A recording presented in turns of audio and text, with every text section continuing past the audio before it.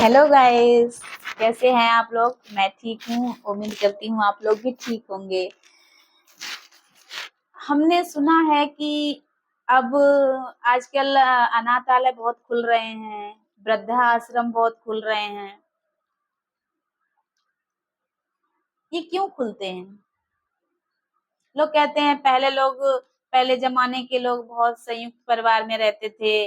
दादा परदादा पोता, मतलब सब कोई एक साथ रहता था। 10-10 लोगों का खाना साथ बनता था। आज तो नहीं बनता है, सारे लोग अलग रहना चाहते हैं। अरे अलग रहना चाहते हैं, आप परिस्थितियों को नहीं देख रहे।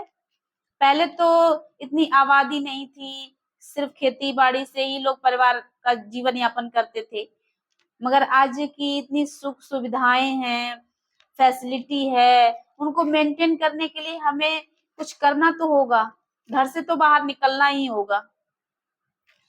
खूब पढ़ाते लिखाते हैं बच्चों को किस लिए? कि आगे चल के मेरा बच्चा कहीं अच्छी जॉब मिल जाएगी।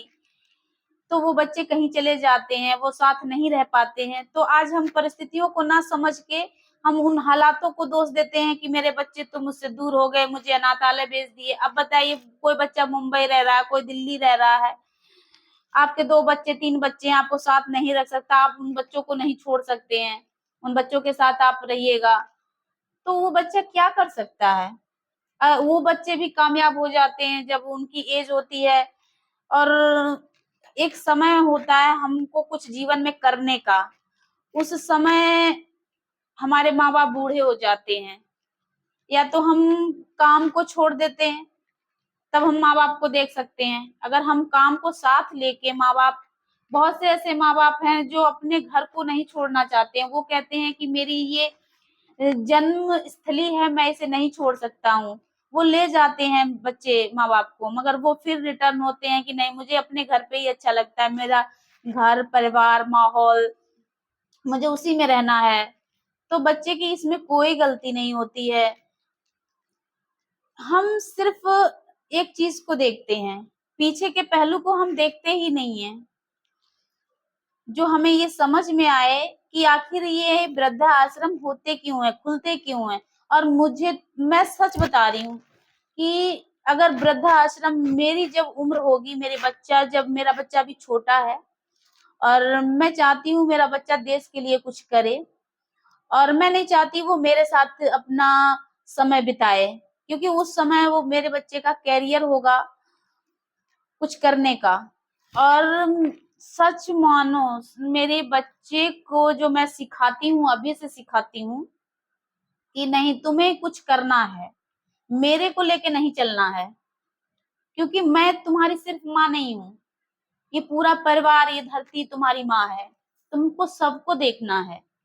मुझे हफ्ते में या महीने में एक बार भी मुझसे मिलने आओगे तो ये मेरे लिए काफी होगा। झूठ मूठ में हम तो कह रहे हैं, ये अनाथालय जो, ये वृद्धा आश्रम जो खुल रहे हैं, सॉरी अनाथालय के बारे में बोल रही हूँ, ये वृद्धा आश्रम जो खुल रहे हैं, ये मैं सबसे पहले जाऊंगी। मेरी एज जब होगी तो मैं सबसे पहले जाऊंगी। और जितने जो अनाथालय हैं, वो अनाथालय के बच्चे और वृद्धा आश्रम दोनों इंक्लूड होना चाहिए। हम तो ये चाहते हैं, क्योंकि वो बच्चे, छोटे छोटे बच्चे होते हैं, वो बुजुर्ग भी चाहते हैं कि हम छोटे बच्चों के साथ, क्योंकि जब बूढ़े हो जाते हैं तो नाती पोता ये सब के साथ में, बच्चों के साथ में, क्योंकि बुढ़ा तो आदमी खुद ही एक बच्चा हो जाता है, उसको बच्चों के साथ में, हर आदमी को अपनी संगति में अच्छा लगता है। आज मैं जिस एज पे हूँ तो मुझे उस एज के इंसान अच्छे लगते हैं। बच्चा है तो बच्चे को बच्चा अच्छा लगता है, ऐसे बूढ़े को बूढ़ा अच्छा लगता है। और बूढ़ा बच्चा एक समान होता है। तो बच्चों को, हमको लगता है उन अनाथालय को और वृद्धा आश्रम दोनों पास पास में हो, एक दूसरे से साथ रहें। और जो तजुर्बा जो बूढ़े लोगों को होता है ना, वो सारे उन बच्चों में आए।